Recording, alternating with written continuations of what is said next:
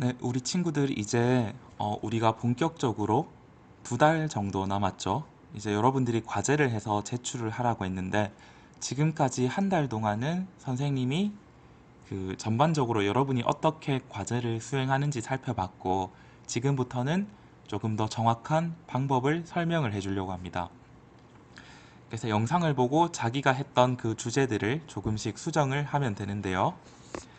자, 먼저 우리가 지금 하는 게 통계죠, 통계인데, 자, 일단은 여러분들이 보통 통계라고 생각하면 뭐 그래프, 막대 그래프 그리고 꺾은 선 그래프 그리고 혹은 뭐 지원 있는 중학생이니까 뭐 도수 분포표라든지 뭐 이런 분포를 나타내는 걸 할 건데, 사실 통계에 있어서 이거는 중요한 건 아니에요.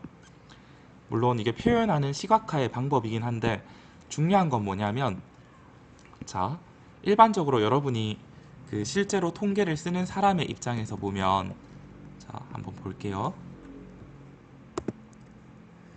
자, 실제로 여러분들이 쓴다라고 했을 때 어떻게 표현을 하냐면, 왜 색깔이 추가가 안 될까? 아, 마우스가 빠져 있네요. 네, 그 입장에서 본다면 중요한 건 뭐냐면, 예를 들어서 여러분이 편의점, 우리 학교 앞에 있는 CU 편의점의 사장님이라고 생각을 해봐요.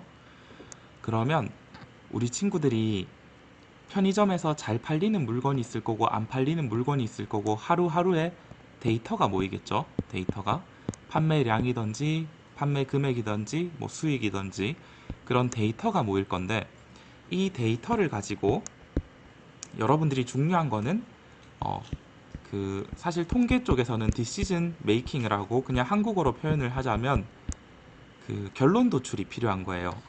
여러분들이 가지고 있는 데이터를 바탕으로 어떤 의사결정을 하는 것, 이게 핵심적인 내용이에요, 통계에 있어서는.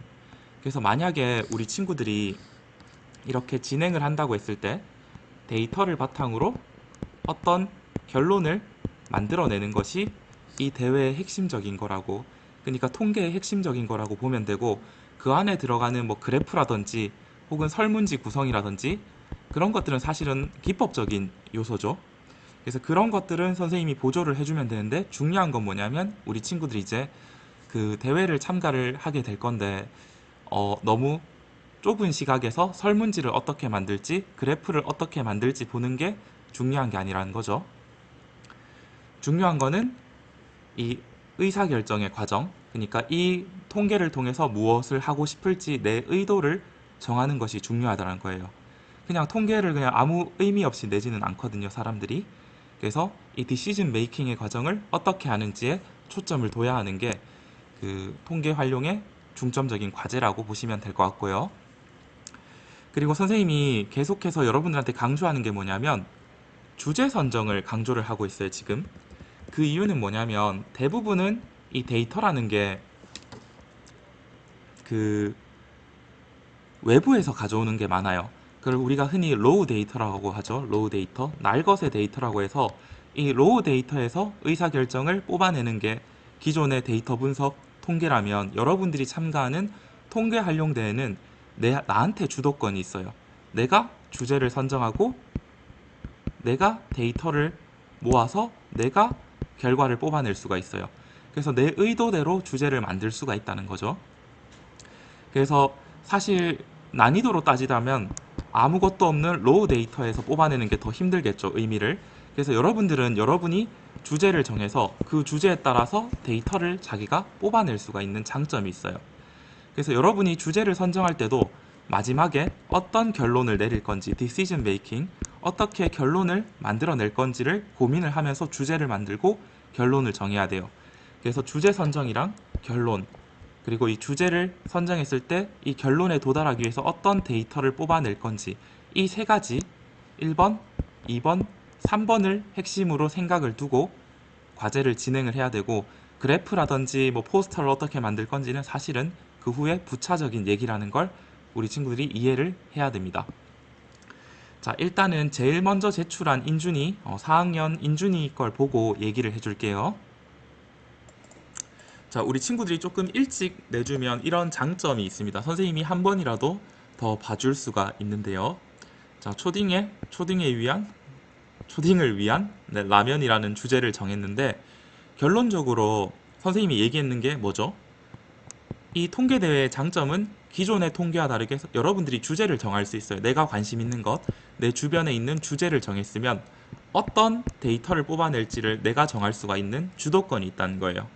근데 핵심적인 건 뭐냐면, 선생님이 계속 얘기했지만 결론을 만들어내는 거, 이 결론을 내가 정할 수 있다는 게 아주 큰 장점으로 보면 됩니다.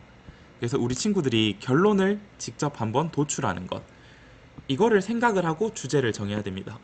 예를 들어서 자, 이렇게 초등학생 대상으로 라면을 하겠다고 했으면 결론적으로 어떤 내용이 나와야겠죠.